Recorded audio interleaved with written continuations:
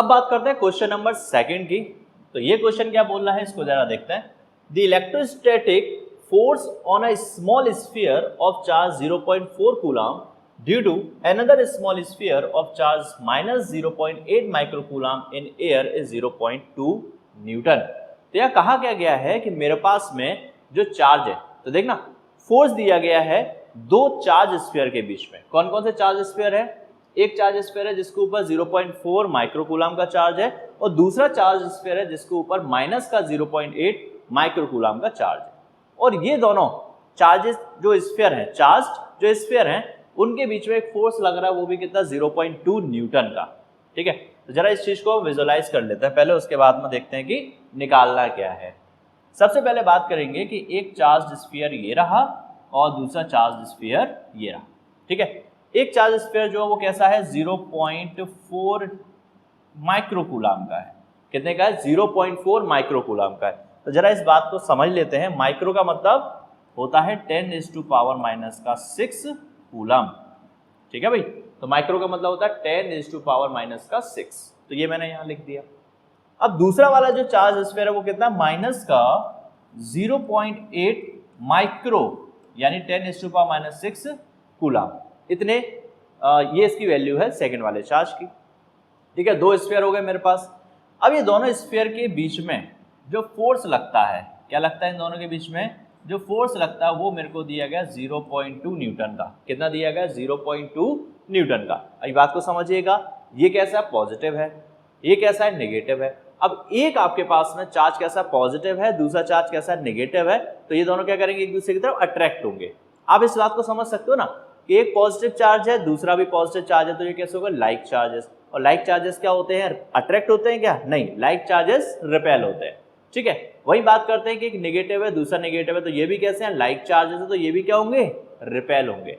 इसके अलावा बात करते हैं कि अगर एक पॉजिटिव चार्ज है और दूसरा नेगेटिव चार्ज है, तो ये दोनों कैसे हैं? अपोजिट टाइप के चार्जेस हैं, यानी कि अनलाइक चार्जेस हैं, ये हमेशा एक दूसरे के पास आएंगे। ठीक है, अब यहाँ पर कैसे अनलाइक चार्जेस हैं और अनलाइक चार्जेस हमेशा क्या होते हैं? अट्रैक्ट होते हैं। तो ये दोनों कैसे होंगे? अट्रैक्ट होंगे। और ये फोर्स ऑफ अट्रैक्शन, इन दोनों के बीच लगने वाला फोर्स ऑफ अट्रैक्शन कितना है? 0.2 न्यूटन का है। ये मेरे को यहाँ पर दिया गया। बताइए, इतनी बात क्लियर है? चलिए अब बात करते हैं कि मेरे को इस पर्टिकुलर सिचुएशन में फाइंड क्या करना है, निकालना क्या है। तो बोला गया कि what is the distance between two spheres. ये जो दोनों चार्ज स्फीयर्स हैं, इन दोनों के बीच में दूरी क्या होगी। तो ये दोनों चार्ज स्फीयर्स के बीच में दूरी क्या है, यानी आर क्या है, वो मेरे को पता लगाना है। ये जो आर है वो मेरे को पता लगाना है। अब देखो यहाँ पे बात बहुत सिंपल सी है, क्या कि दो चार्ज स्फीयर्स दिए गए हैं, इसके अलावा मेरे को उनके बीच में फोर्स दिया गया है। ठीक है, अब फोर्स चाहे रिपल्शन हो चाहे अट्रैक्शन हो, अल्टीमेटली मेरे पास में फोर्स दिया गया है और उनके बीच की दूरी मेरे को पता करनी है। तो इन दैट सिचुएशन आप अगेन यूज करते हो फॉर्मूला जिसको हम बोलते हैं क्या? Coulomb's law. तो मैं यहां लिख लेता हूं, यूजिंग कूलम्स लॉ। तो कूलम लॉ का फॉर्मूला देखिएगा क्या होता है, F इज इक्वल टू के Q1 Q2 upon R square. ये कूलम लॉ का फॉर्मूला होता है। अब जरा देखिएगा कि कूलम लॉ के अंदर F मेरे को दिया गया है यहाँ पर, तो F की वैल्यू मैं लिख लेता हूँ, कितना दिया गया है? 0.2। ओके, अब K, अब ये दोनों स्फीयर में मेरे को कोई मीडियम तो दिया नहीं है, तो ये कैसा है? एयर के अंदर रखे हुए हैं। अब एयर के अंदर रखे हुए हैं तो K की वैल्यू कितनी होती है एयर के लिए? 9 × 10⁻⁹। तो ये K की वैल्यू होती है फॉर एयर। आगे बात करते हैं, Q1 पहला चार्ज कितना दिया है? 0.4 × 10⁻⁻⁶। और Q2 कितना दिया गया है? अगेन अब देखो ये Q2 दिया वो कैसा है? माइनस का है। लेकिन जब भी मैं मैग्नीट्यूड ऑफ चार्ज यहाँ पर रखता हूँ किसी वेक्टर क्वांटिटी के फॉर्मूले, तो फोर्स क्या होता है? वेक्टर क्वांटिटी होती है। तो जब भी मैं किसी वेक्टर क्वांटिटी के फॉर्मूले में चार्जेस को पुट करूंगा तो उनके साइन को पुट नहीं करूंगा। क्या बोल रहा हूँ मैं? जब भी किसी वेक्टर क्वांटिटी के फॉर्मूले के अंदर मैं चार्जेस पुट करूंगा तो मैं उनके साइन को पुट नहीं करूंगा। चाहे आप फोर्स के फॉर्मूले में चार्ज की वैल्यू पुट कर रहे हो, चाहे आप इलेक्ट्रिक फील्ड की फॉर्मूले में चार्ज की वैल्यू पुट कर रहे हो, आपको चार्ज का साइन पुट नहीं करना है। इसके अलावा अगर आप वोल्टेज के अंदर बात कर रहे हो, वोल्टेज बोले तो एक स्केलर क्वांटिटी है, तो स्केलर क्वांटिटीज के अंदर जब भी आप चार्ज की वैल्यू रखोगे तो विद साइन पुट करोगे। लेकिन वेक्टर क्वांटिटीज के अंदर जब भी आप चार्ज की वैल्यू पुट करोगे तो क्या रखोगे, बिना साइन के, यानी केवल मैग्नीट्यूड को पुट करना है। चलिए आगे बढ़ते हैं। तो ये हो गया चार्ज। दूसरा चार्ज क्या है, माइनस का 0.8 इंटू 10⁻⁻6, लेकिन मैं फोर्स की बात कर रहा हूँ, कूलम फोर्स की बात कर रहा हूँ, तो यहाँ पर मेरे को चार्ज का केवल मैग्नीट्यूड लिखना है। क्या लिखेंगे, 0.8 इंटू 10⁻⁻6 डिवाइड बाय आर मतलब डिस्टेंस, तो इन दोनों के बीच की डिस्टेंस होगी आर, जो कि मेरे को कैलकुलेट करनी है, तो ये मैं आर निकाल लेता हूँ। ठीक है भाई।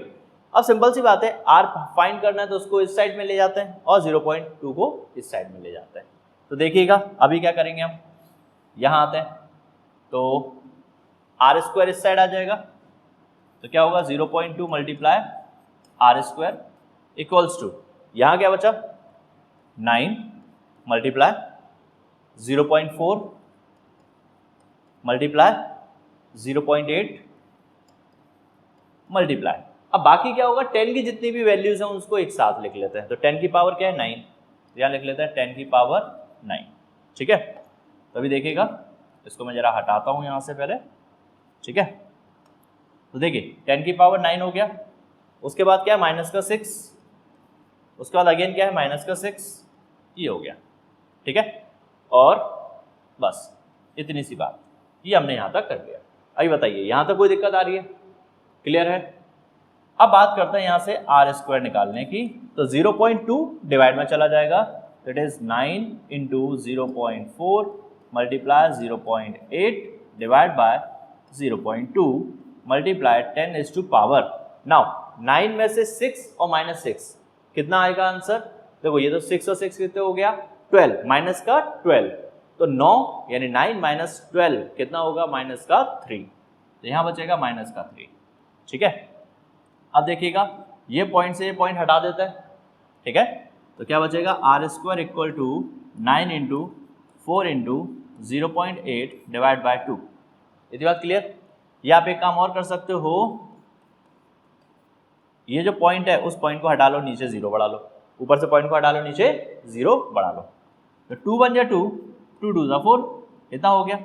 अब क्या हो जाएगा आर स्क्वायर इक्वल टू, ये हो गया 9 इंटू 8 2 जा 16 इंटू, अब ये क्या है 10 की पावर -3 है, और ये 10 ऊपर जाएगा तो क्या होगा पावर एक माइनस हो जाएगी, तो क्या हो जाएगा 10⁻³ पहले से ही था, और एक 10 ऊपर जाएगा तो -1 हो जाएगा। बताइए यहाँ से बात क्लियर हो रही है। अच्छा, तो फाइनली मेरे पास में आ रहा है R square equal to 9 into 16 into 10⁻⁴, ये आ गया।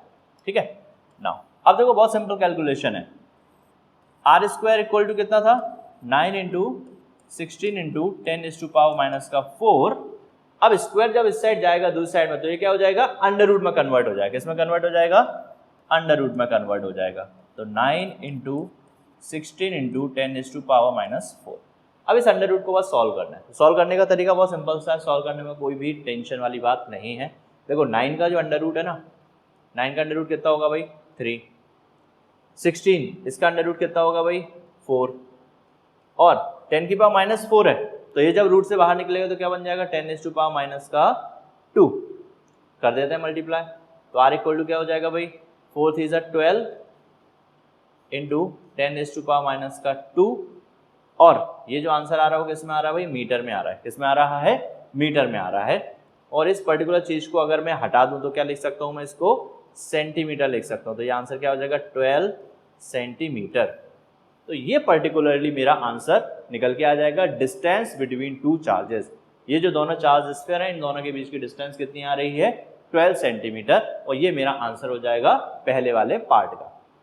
अब बात करते हैं सेकंड वाले क्वेश्चन की। ये क्या बोलता है कि what is the force on second sphere due to first sphere. अब देखो ये बात बहुत सिंपल सी है, हम सभी जानते हैं, न्यूटन ने हमको एक बात बताई थी, कि भाई अगर बॉडी ए बॉडी बी के ऊपर एक फोर्स लगाती है, अगर बॉडी ए बॉडी बी के ऊपर एक फोर्स लगाती है, तो बॉडी बी वापस से बॉडी ए के ऊपर एक फोर्स लगाएगी, और फोर्स कैसा होगा इक्वल एंड अपोजिट होगा। यानी ए ने बी के ऊपर जो फोर्स लगाया है और बी ने ए के ऊपर जो फोर्स लगाया है, ये दोनों फोर्सेस कैसे होंगे इक्वल होंगे एक दूसरे से, लेकिन डायरेक्शन में कैसे होंगे अपोजिट होंगे।